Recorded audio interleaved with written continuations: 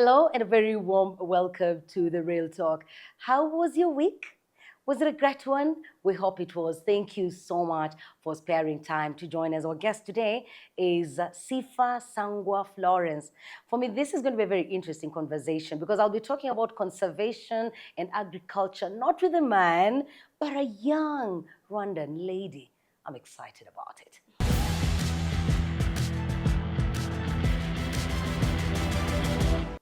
Welcome to the show. My name is Jackie Lumbasi. Sifa, it is a pleasure to see you. It's a pleasure to see you too. How have you been? I've been doing great after graduation. Yes, congratulations. You just Thank you recently so much. graduated. Thank you so much. Yeah. Wonderful. We will get to that graduation story and I also would love to hear your university experience. Yes. But first, let us start at the very first point of this, where you were born, what kind of life did you have as a child? How was your home? Yeah, thank you so much for that interesting question. First of all, I was born in rural area. If I say rural village, you can understand it. I was born in Northern Province in Rwanda district, Tumba sector, where we're doing agriculture. That's why you see me doing agriculture, saying all about agriculture, because in Lurindo there is very small scale farmers. There are a lot of them there, and agriculture is the only way of living and the way of generating money. So I've been raised in the family where they does farming, and it's the primary thing they do to generate money. So I've been always seeing how they're doing and following up their example, and then I'll be like, okay, I want to be agriculturist once I get old. Yeah. And then, surprisingly, when I was young, my dad saw that I love agriculture, and they told my friends and his friends that this person, my daughter, will be a doctor someday, or will be agriculturist. And I was like, no, I will be a doctor. And I was like, okay, it's fine. Yeah. And then when I grow up, like when I had 4 years, I was seeing casuals come to our house to go and do farming. Yes. And when I was in the weekend, I used to go with them, like At the every age of 4? weekend, at the age So of what were you 4. doing? Did you have a small hole? Yeah, I had a suitable for small- your size? I had a small hole and some Okay. seeds inside. I was like, okay, I want to help you. And my dad was like, can you do your homeworks and revise or listen? So I was like, no, I have to go with that lady and see how she is doing. And when I had 6 years, the friend of my dad gifted me a rabbit. It was a very beautiful rabbit. I can even remember it in my mind. Wow. And I asked if I can breed something so that it can be raised in. Then I raised it, and she was giving birth after month after month. I was like, hey, I'm being rich. I was receiving money from that. So the more it gave birth, the more Yes. business you're in because you are selling. Yeah, I Okay. was very busy person. I was like, no, in this weekend I have only one rabbit. Then will you be able to buy? And then after that, after 6 months, I didn't have an idea of how animal production is being done. So my rabbit did inbreeding. When I say inbreeding, is when a mother does sex with the son. with the son, or with the father, and so on. And then That happens a lot in the animal yeah, kingdom. it was. We call it inbreeding. Inbreeding. And then my rabbits started to die. They were born weak and then dead after, like every Just month. hold on there. Yeah. Because I know among us humans, indeed, it's wrong. There could be very serious effects if there's inbreeding. So even in the animal kingdom, it happens. Yeah, it happens. The young ones are born weak or they with are some weak, deformities. and some after like 2 or 5 days they are dying. They was Okay. like, what did I wrong? Why did I do wrong? Because I was, man, I'm going to become poor because I was. How old were you? I was 4 years old. No, 6 is when you started. So 4, yeah, 6. yeah, So even at the time your rabbits start dying, you're still young. Yeah, I You're was not yet still 10. young, and I was like, Yeah, I had 6 years, and was like, Very serious child. what would I do? Then I asked my dad, because he's the one who is doing agriculture more often than my mom. I asked him, where is the other farmer who has rabbits, so I can go and ask him what did I do Do wrong, wrong. because my rabbits were dying. And he took me to the professional farmer. I Okay. remember his name is called Jean Baptiste, and he was just nearby. And I asked him, and he asked me like every step of my farming process, so he can know where I did wrong. Yeah. And I found out that it was due to inbreeding, and he advised me to To take them separate them. separately. Then I can be able to just continue producing and be able to make money out of that. It was the experience. Now I even recall and be like, oh, that was it. I had So your farming journey started with rabbits. Let me ask, because you are studying, you're a young child going to school. At the same time, you're helping with farming activities at home, and then you have started your own personal venture. How were you performing in school? Or were you out of school at that time? so I hate my dad for that, because he made me he made me study nursery for 2 years, while others were doing it for only 1 year. And I was like, because I was getting in the third place, and he was like, if you repeat it, and then you will be the first one. Yes. And he was a teacher that day, and that time I was like, okay, then if I go there, you give me one bread, and I always go with porridge. And I was like, okay, I'll give you that.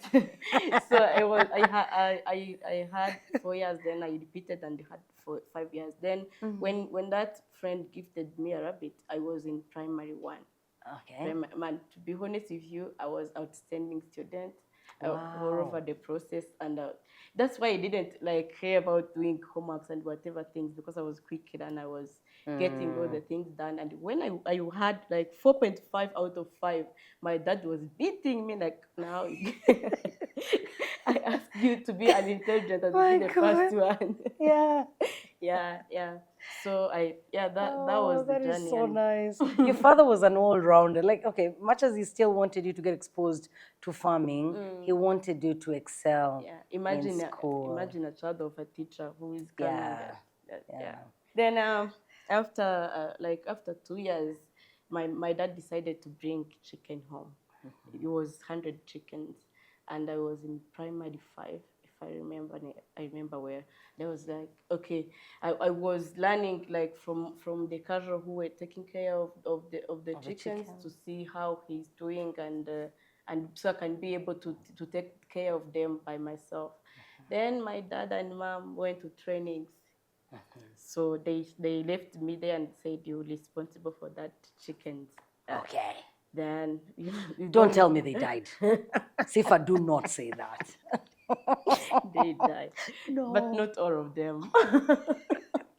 So they fallen sick, and I didn't know what to do. Yeah. Then I asked the neighbor, what can I do? And he advised me the drugs I can use. And as a child, I said, so they are not curing like on the very good pace. So I'm going to overdose to increase the quantity I should give chicken, so they can recover quickly. And as a child, you can't blame me for that, because You I were wanted them to- poisoning them, actually. And But of course, I we want can't them to blame you cure. for that. So then I overdosed, and only for 2 days, 40 chickens died. way. You know, for a farmer, that is painful. Yeah, that's painful. Goodness, Even yeah. from that time, my dad said, I do farming again when you are here, and you help me to raise chickens well, so I can be able to make profit from it, because he was very annoyed, to be honest. And then, yeah, they died, and veterinarian comes and helped the other ones, so that they can cure. But I learned a lot from that. And I was like, okay, when I grow up, I will build a very big farm, and I will make my dad a farm manager, so that he can be rewarded of what he taught me, and even forgive me for what I did. Yeah. And, when I was a child, I was how do you call it? I was always searching something that can inquisitive. and I was like, when I was going to my grandfather, I was always going with cows in the farm, in the cow farm. Okay. When I You are an remember active it, child. I'll be like, okay, I have been in farming for a very long time ago. Actually, yeah, since your childhood. Mm. So then, let's talk about you now growing up and joining college. Your time, how did you end up at Rika? Yeah, And then a bit of that that is a experience. very long journey. Yeah. So when I was in senior three, I was like, why will I study? And I was thinking about, okay, maybe I can go and study accounting, just to make my dad not thinking that I'm going to study the things he wanted me to study. Yeah. And I was like, okay, no, because those chickens died and those rabbits, I'm going to study veterinary. We call it animal health in secondary school. Then I asked for it, and then I gained it. Then I went and studied, and I was out performer. I did very good in my high school, and I was learning every day. And even when it comes to practical session, I was the first one to go and learn, because I knew that back at time I did mistakes. I don't want to make it again. So I finished the high school, and then I waited for university to be opened. And when university opened, I applied, and they gave me IPRC. And I know that I will get A0 in that school. I was like, I'm not going there. And my dad was like, "Are you mad? You've got to school and you don't want to go there." And I said, why would IPRC is a good place. why would I spend 3 years just to get an A1? While I can have some days I can study for 3 years and get A0. Yeah. And I'm getting veterinary technology, and I don't want veterinary technology. I want animal production. It's either animal production or veterinary medicine. And as a parent, you should be mad. You understand? Yeah. And he was like, okay, then I'm going to review. Whatever you decide, I will go for it. Okay. And then I said, okay. At least he didn't threaten not to pay your fees. Yeah. He didn't say you'll pay yourself. And I was like, okay, should I go and study in UTAB? There's the other university in Gicumbi, which has animal production in the school. And I was like, okay, I'm working with other people who has been there. Because when you finish as in TVET schools, you go and do practically what you learned. Yeah. Then I was like, I'm working with those people who have graduated from UTAB, and they're not making more money or a very significant difference from what I'm doing. Why should I go? I was like, maybe I'm not pursuing, I'm not pursuing my university, because I wanted something different, to be honest. Yeah.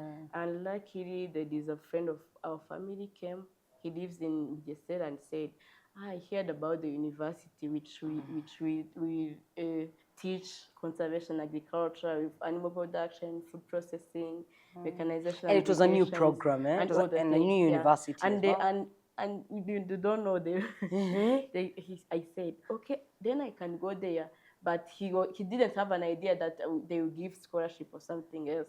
And he said, maybe it's private university. And asked my dad, please, can you pay for that? And he said, you've got to university and you denied to go there. So I'm not going to pay. Oh. And I was like, okay, I don't know. I will find sponsors so I can go and study there, because I finally found something that will making me being interested to go and study. So after some days, I heard on the radio that they are giving scholarship, and they are requiring to apply. And So as a you child, applied. who was born in Rulindo district, who has been studying in school that was not teaching like a very good English, and I was been on field for 1 year, been using Chinyarwanda only. So you got scared. And I was like, if I'm apply and go to the interview, will I make it? Now, The interview is not in Kinyarwanda. Yeah. They are they're only using English, even American English. I was like, yeah. I'm going to fail the other thing, and I was like, okay, I have to write an essay, and I knew that I want to be agripreneur. I want to be rich person in the future, but I didn't have an idea of how would I describe it, how would I answer. And I went to some of my friends to ask, And he said, okay, come here, then I will help you. Tell me what you're thinking, then Yeah. I will help you to make it They'll accurate. package it for and, you. Yeah, and he helped me, and I applied. And in the process, because it takes time for Rika to admit students, and in the meantime, some of my friends called, and she said, you know what, Rika, I called Rika, and they said that they have admitted all they wanted to admit. The other ones will not get even the email for rejection or the other things. But the reason is she went to apply on deadline, and then deadline crossed it, and she was not able to apply. Okay. And when she called, they said, no, the deadline That has it already been passed. Yeah, and she didn't have an idea that it was the deadline passed. And I spent 3 days crying. I'm telling you. Saying it was over. I was like, I missed that scholarship. God, why didn't you even give me a chance to go and fade the interview? Exactly. I should have gone that far. Even when I graduated, the mom and dad told that story to someone who came to attend my graduation. But I was like, okay, now I failed, so I have to. I don't know. I have to look for the other opportunities. But then the call came, and you had actually passed. On the third night, when I was thinking about the plan C, because plan A has passed, plan B has passed, and C. I'm going to the C. And they said, okay, did you receive our email? I was like, no, I didn't receive it. So check. And when I checked, they said, you passed now. You can have an interview. I was like, oh my God, thank you. That day I was like, okay, even though I can fail, at least I passed somebody. That was so good. And was like, you're lucky. I've applied for scholarships all my life, never gotten even one. You definitely are sharper than me, Sifa. And then I asked myself, I don't have an idea what would I tell the interviewer, what would I say, and I don't even have questions. Like they will tell me what they ask. What questions do you? Yes, you had no idea. This was the first interview you're doing. The first interview. Yeah. And it was the first interview in English even. Yes. First, and I was like, okay, now I have to go to the YouTube and learn how to respond the interview, how to wear, how to speak, and everything. So that even I can fail to answer the questions, they will see that I followed all the rules of interview. And at least you looked good. You looked the part. Then I learned how to introduce myself, how to express yourself, everything. And then and on the day of the interview, I went to go and buy a good dress, a blue one, because they said the colors you should wear. Then I didn't have a dress at that time, to be honest. You only had trousers. Then I went there, and then I met people. I met applicants. They were using very good English, to be honest with you. And they were sometimes I couldn't even hear them. I was like, why did I come? I'm speaking through the nose. And Rocky, because... But, I'm glad that though you went through that and you were talking to these people who seemingly was, better spoken than you, you still were not deterred. You were not shaken. I admire that about you. Thank you. I'm telling you, the first one to introduce all the things we are going to do at the interview. I was not getting anything. I was asking my colleague, what did they say? And they explained it for me. So then we went to group discussions, and then I was feeling at peace and then expressed myself because I had an idea about agriculture. So I was somehow dominating, answering agriculture-related content. You knew all the right answers, you see? Yes, and then... You had an advantage over the rest. Yeah, I had an advantage. And then I went to the interview, and the interviewer were a very good person. She tried to understand what I was telling her, and then finally I found that I was admitted. For that, they thank God, and they said, okay, now I can rest. Even though you cannot do anything else good for me, at least you have done something. Sifa, let's cut it short here. We will come back to that. When we come back, our guest today is Sifa Sangwa. She's passionate about conservation. She studied and graduated at RICA, that's Rwanda Institute for Conservation Agriculture. We will be back, and now we will talk about conservation agriculture. What does it mean? What role does it play in ensuring food security? And all the right terms. It's Sifa who's going to help run this conversation. So you stay with us. We're coming to you from Mythos Boutique Hotel.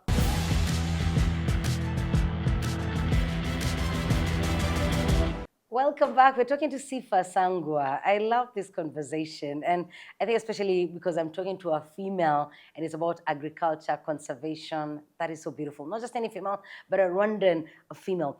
Sifa, before I ask you what conservation agriculture is, I caught a video of you. It was a video clip of you addressing a conference. You got a chance to talk about agriculture, and you are calling for agriculture to be given a feminine, sexy touch. What was that about?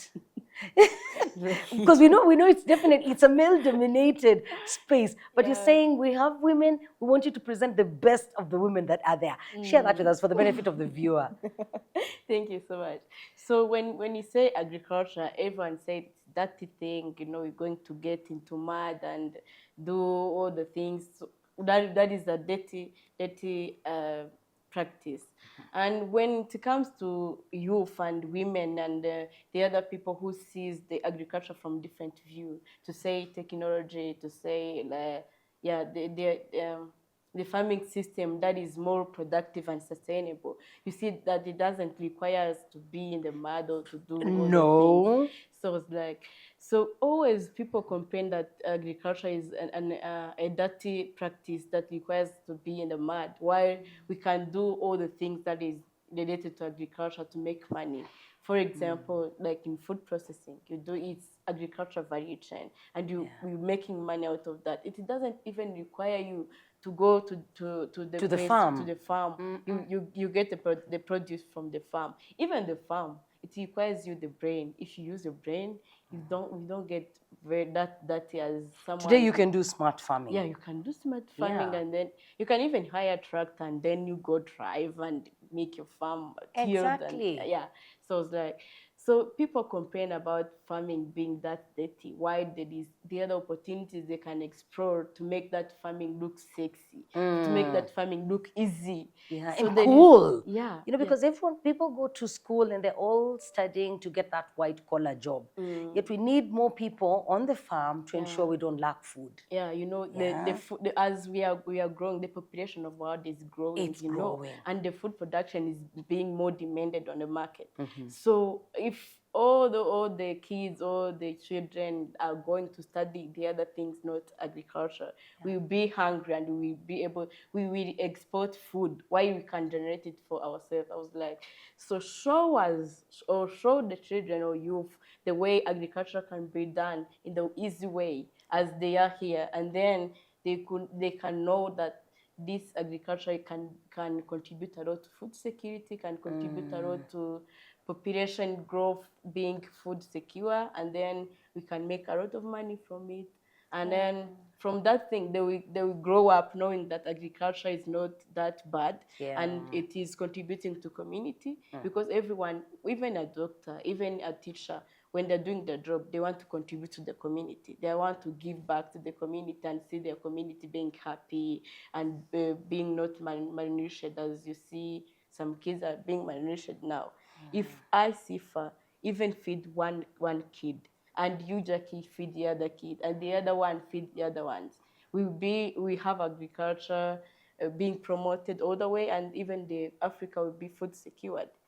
So I wanted all the attendees there to just show the way, show the opportunities around, so that youth can join agriculture in different perspectives and help to generate more money, to generate income, to generate to make agriculture sustainable, so that we can feel that agriculture is the only thing we can go and pursue. Because I've seen farmers like you know, when how many times do you need a farmer in a day? Do I need a farmer or do I meet a farmer? No, how we just think out of the mind and say, how many times do you need a farmer in a day? A farmer, an individual farmer, or the products of a farmer. If you're getting a product of a farmer, you need a farmer, of course, because so it's very many times in a day. Yeah, at least three times in Yes, the at least we breakfast, lunch, lunch and and dinner. All those foods you're eating yes. produced by a farmer. So So it's at least 3 times a day. If yeah. you've got other meals in between, it's definitely more than It's that. definitely more. So Yes. if people, then if you are losing farmers then, and all the farmers old ones, so we not be able to get food for that 3 times a day. We get it one day because there is one person who is doing agriculture. So that's why I said, yes, we need farmers like every day in our life, and Yeah, actually. there are less people who are doing agriculture. So but in years to come, we can be even more food insecure, If because this trend does not yeah, change. yeah, Yeah. that's what I wanted them to just think about, how they can see agriculture in the way that is easy, so people can join agriculture. That is so cool. So, Sifa, you left Rika a passionate, aggressive, vocal advocate of conservation agriculture. What is conservation agriculture? Yes, when I hear conservation agriculture is a farming system that helps to restore the degraded land while maintaining the arable land we still have. And it has three principles. First one is to make a permanent soil cover. When you say permanent soil cover, is when you use mulch or crop residues left in the field while you're harvesting. When you're harvesting beans, Oh, like, yes, you put it on, on soil cover. yeah, Put it on top of the soil after you have you harvested. cover the soil, yeah. And the other principle is a minimum tillage, where nowadays we are tilling, we are using hoe every day, and we are degrading the soil, because as long as they are not put together, the easier the soil erosion can occur. So when using minimum tillage, you're making your soil put together, and then they can retain their nature. And the other principle is crop diversification.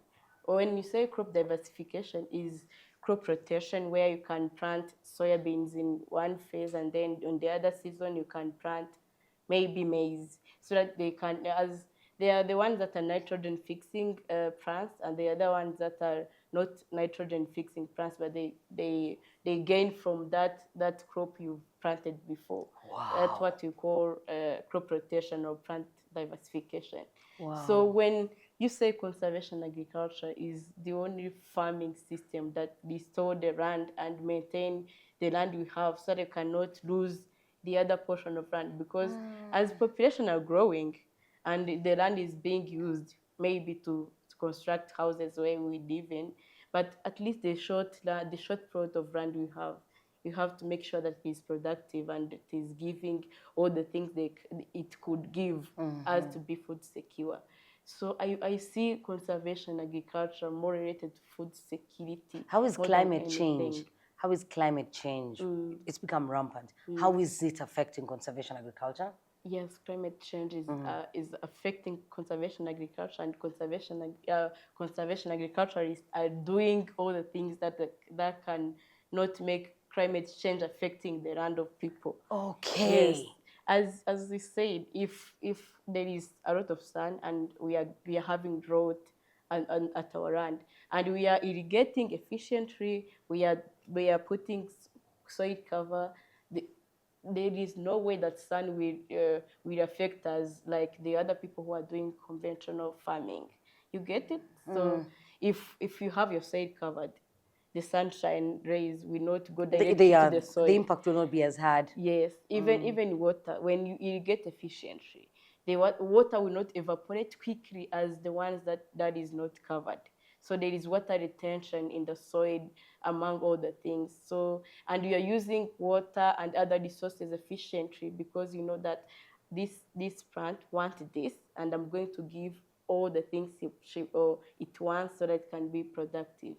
So when you hear conservation agriculture, it's the way to combat these climate change effects that is affecting us, and we are doing all the things we can do, so that our soil can be this productive, as in that we are not affected by these greenhouse gas emissions, or the other greenhouse emission, or the other things that can hinder the crop productivity to be this high as it can. Yeah. You mentioned greenhouse emissions. I need you to educate me and possibly one or two of my viewers. What is greenhouse emissions? We read about them. It's become so big now with climate change and just the recently concluded climate summit.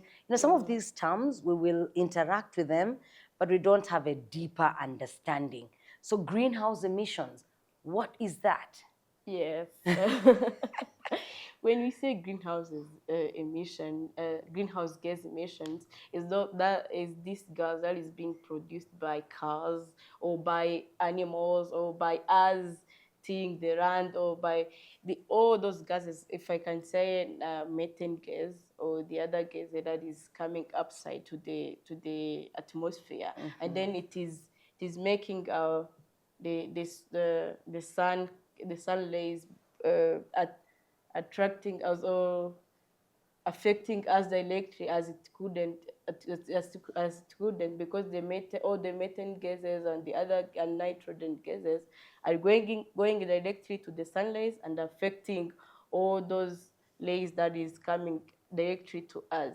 That's why people are promoting agroforestry, because when you promote agroforestry, so the rays come and then retain into the forest, and They hit the cover. yeah, they cover, so that we cannot be affected as much as we are not being used we are not practicing agroforestry or something else. So when that's why you see people promoting electrical cars, electrical motorbikes, because we want to minimize those greenhouse gases emissions, so that you can be able to at least to have enough which is somehow fair for us, because nowadays it's hot. You can even realize it. Oh, it's extremely hot. Extremely hot. We are doing everything so that at least we can minimize all the effects of those greenhouse Climate gases. change. As a country, first I love what you're doing, especially on social media. The fact that you have embraced social media in advancing your voice and pushing forward the agenda. I love what you're doing. You and a few other young people on social media. So if you can just talk to us about what technology is doing to aid conservation agriculture. Yes, not only conservation agriculture, but agriculture generally. Agriculture generally, yes. Yes, nowadays technology has been took a place in agriculture in the way I could even wake up in the morning and I know what I'm going to do on my farm. For example, we are using drones. We're using drones in agriculture, so that drones is helping us to spray insecticides, to spray pesticides, to spray fertilizers, all the things we need on. Are you already using that on your farm? Yeah, we are using it. No, back at Lika, not. Oh, not at Rika you were. Okay, yes. Where I started. Yeah. So there is what we call site-specific crop management. Is where you know that this plant is located here on the field, is having these signs, maybe nitrogen deficiency, and I'm going to apply this nitrogen amendment here on that specific crop. So it requires what we call it and soil mapping. that is with the help of the drone. You can know the specific you can know crop. the specific, yes. And if it is passing and the other crops are fine, it will not spray anything. But if you reach to that plant, we know that it is, and then it sprays what you ordered to be pressed there. We call it soil mapping. You have field and you know all the plants there, and then we insert data in that drone, and then they will know that this is what is needed up to that farm, and you know what you will do to make that crop feeding, having all the nutrients it needs. And the other thing is precision agriculture. I was telling you about the drones, but precision agriculture is the farming where you know accurately what you're going to apply to specific field, to specific crop, to gain all the nutrients it needs. You might have field where there is different nutrient composition, On the other side, there is a lot of nitrogen here, there is a lot of phosphorus, there is potassium here, there is zinc here. But there is no way you can find a field where it has all the same nutrient composition, all the same nature or the same structure of the soil it can have. So when you're using precision agriculture or precision farming, you know that this site maybe 2 meters in the field has the higher nitrogen Zinc. composition. This one has higher zinc composition. So you know that I'm going to apply phosphorus here. I'm not going to apply this on the other side. I'm going to apply nitrogen here, nitrogen fertilizer here, but I'm not going to apply it here because that side the does not soil need has, it. yeah, that soil has the nitrogen it needs. So I see it as being more technological when people just come and put all the technologies they think that can make farming more easier, as if I can sit down in my home and know that this field need this, then I go and apply it, and that's it, without thinking about because when you see that maybe this portion of land is losing something, you can even go to the lab and you analyze you analyze all the things, maybe pH, potential nitrogen, and the other soil parameters, so you know that I have to apply this on this portion, and even know the quantity, the accurate quantity to use to get your feed providing higher yield or providing the exact yield you want from That you want from it. And even I could mention use of social media, of course. If or other people like me are disseminating knowledge around the people, then they will know all those technologies around the farming. They will know that I will use tractors, and I will use all those drones. I will go to the lab to see how my feed is doing. They will just come to know and feel like, okay, I want to get high in my feed, so I know where to go and ask. Because you see, sometimes I post like, go and ask FAO station, go Yeah. and ask lab station, go and ask Minagri station, because I know from there they will know, they will gain the accurate information they can get to make their feed producing higher. Because if you're doing farming, of course, and you're not gaining what you want to gain from it, then you're losing, you're not making profitability as you want. And So- you'll just continue toiling without necessarily yeah, getting anything out of it. as if like in last month, some of fish farmers called and asked, because she saw me on social media, so she asked, so my fishes are dying, I don't know what to do, so what can you help me? And I said, okay, let me help you.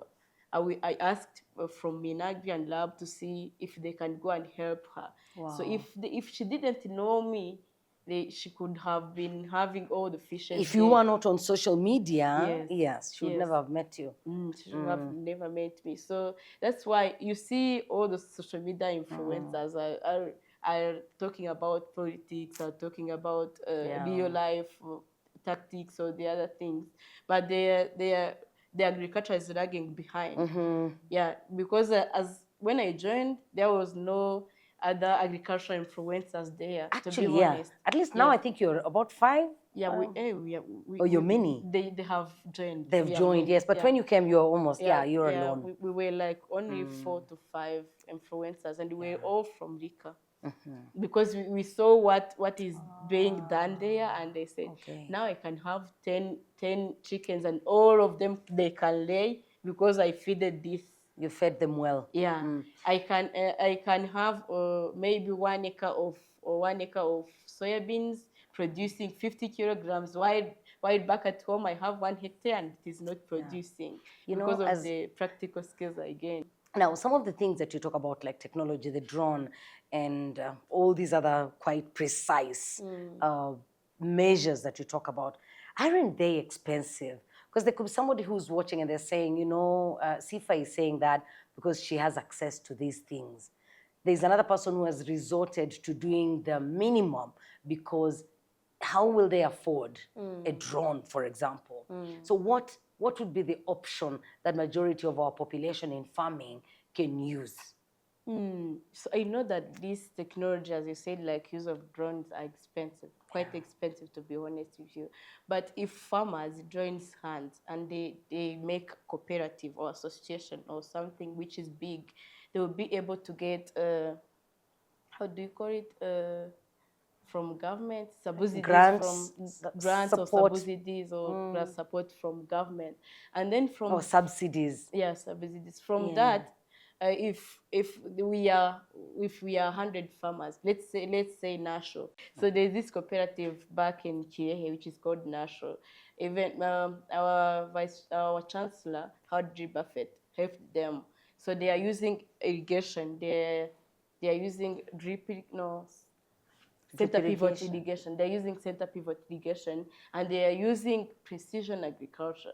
The only way you can go and help those farmers is when they are combined together, because someone has 1 acre, someone has half an acre. Yeah, someone has 1 hectare, but you can't go and find someone, pick someone's feed and go and pick the other feed. So you have to make them come together so that you can be able to help them. I know there is opportunities around from all the agricultural institutions, but if you are not cooperative or you are not if you're not working together, then it becomes hard for them to be helped. Yeah, they can't be able to help you. So if you're helping someone who has 5 hectares, let's say 5 hectares, it is easier than to help someone who has only 1 acre. And I know all those technologies are quite expensive, and we need to emphasize that people can come together so that they can be able to receive all those grants, be able to receive all those helps from government. So there's also the other technologies they can use. Maybe you want to irrigate, you can take a bottle of water or something which is not being used. Then you put water, you connect some small pipes, and then you can irrigate. Is that what they call drip irrigation? Oh, that's different. Yeah, you can call it, there is drip irrigation, there is sprinkler irrigation, there is different type of irrigation you can use. But if you get water and you have all the like small bottle of water, you can make it used to irrigate or your feed. Like if it's vertical, and I say, because like that's in the too garden. heavy for me, Sifa. But I know there's a farmer who's understanding. even the chicken garden. You see, you take. It's not that hard that people can afford or can do the technologies. There are technologies that doesn't require like very much money to obtain. Okay. So if you does chicken garden, and then you have all the soil built up, so you can be able to plant carrots there, cabbages there, mushrooms at the bottom. Yeah, or something else. I would love us to look at 6Qs, but just before we get there, you founded Agvata. Is it called? Agvetas. Agvetas. Yes. Briefly tell us about Agvetas. So Agvetas is a company which is doing feed manufacturing. Specifically, we are sourcing protein sourced from black soda fries. So if I say black soda fries, we will say fry. Yeah, how flies. comes? Yeah, that's yuck. I know. There is this fry which is called a black soda fry. So it lays eggs, and eggs becomes maggots. So when you get maggot is a larva stage of a fry. Yeah. So when you get that maggot, you feed it for only 2 weeks, and they are feeding on. You feed the maggot. Yeah, you feed the maggot only for 2 weeks, and they are feeding on feed waste, which is somehow cheaper, because all those, even you wasting some chicken leftovers and the other things. A lot of times. Yeah, so we are taking them together, and then we are feeding to maggots. And then what do you feed the maggots to? So, and maggots get protein. They're source of proteins, and then you make those proteins dried. No, those maggots dried, and after drying those maggots, they have source of protein. So you're going to feed it to fishes, pigs, and chickens. Interesting. And people say, I am going to feed insect or larva stage to the animal, and people will eat it. Yeah. But you know, all those maggots, if they make, we dry it and make it a powder, and even Okay. even livestock can eat it can eat them live. You know, I want to take you through that, because when Very fast. very fast. When that animal feed on on maggots, they do absorption and digestion. So they get the source of protein, or the source of the other nutrients they can get from it.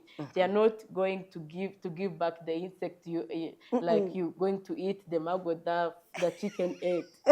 You're going I to will eat not the taste it in the beef. yeah, you just a protein or a nutrient you're going to gain from it. Yeah. Because I've done laboratory analysis in my thesis back at university, and I analyzed the nutrients it has. So when you compare that nutrients from soybeans, because soybeans give protein source to animals, you see that the maggot is more higher than soybeans, and soybeans requires 3 months or more to be grown, while maggot takes only Two two weeks. weeks, and the whole cycle takes only 1 month to be Oh. fry egg and to be a maggot. So it's the only way even people can come and venture in. Yeah. I don't want myself to venture in by myself, because I want this competition of feed between people and animal to be reduced. Yeah. Because we are not using the feed waste that people are feeding on. So we are trying to make this competition reduced, so that people can gain source of proteins to their animals, while they are even feeding that soya that was being used to feed the animals. Thank you. Wow. I'll visit your farm one of these days. We're talking to Sifa Sangwa. As you can hear, she is a young, passionate farmer, and I'm in love with her. There's so much for us to learn from her. Please find her on social media, Sifa Sangwa. Maybe the next time we have her here, we'll talk a lot more about ag vetters. But right now, let's have a look at her 6 Qs.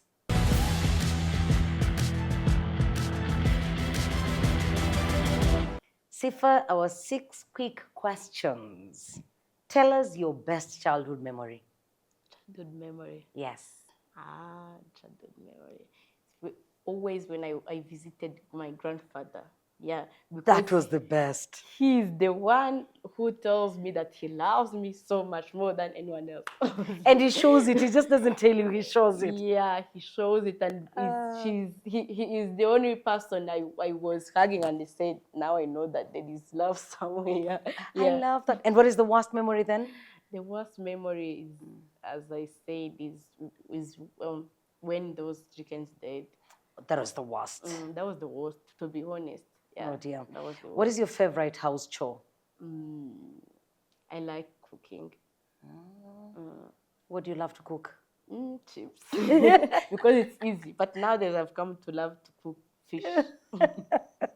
Question number 4. What is your favorite hobby? What do you love to do? To be honest with you, I like singing and sleeping at the same time. Singing and sleeping. Yeah, if I get like very short time to get rest, I go and sleep directly, because to sleep doesn't require me that much time to sleep. So I sleep, and then I woke up with fresh mind, and then come and think the other things. I love that. If you were not a farmer, what would you be? If I was not a farmer, I would be a lawyer. A lawyer. Yeah, I'll be a lawyer, because I know even I am doing some lawyer things back in my home, even back at the company, Yeah. because I know how to judge well. Oh, goodness. And what is the legacy that you want to leave? When you're not here anymore, what do you want people to remember about you?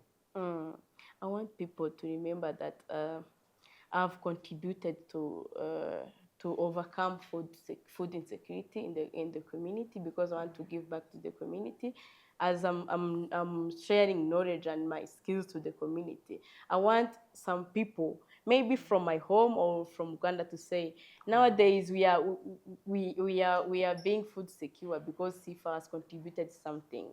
That's why I want to have a very big farm to contribute a lot, so that people can get employment, can get what they need to feed on, so they can be able to say, we thank Sifa for doing amazing job. So now we can feed well, we can know how to feed our animals, to treat well the animal, or to take care of our feed back at home. That's a good Yeah. legacy. Sifa, it has been a pleasure sitting down with you. Thank you for making time for us. Thank you so much, Jackie. It We was a wish you all the pleasure too. best. Thank you. Thank you. Our guest today was Sifa Sangwa Florence. She's amazing, a conservationist, an agripreneur, and for me, this has been such an enlightening conversation. You want to make a suggestion? You want to comment? You want to ask a question? Use the hashtag #TheRealTalk, and both of us will be online to respond. We have come to you from Mythos Boutique Hotel in Chovu. You should try out their corporate lunch, served every weekday at lunchtime. We will see you next week. God bless you.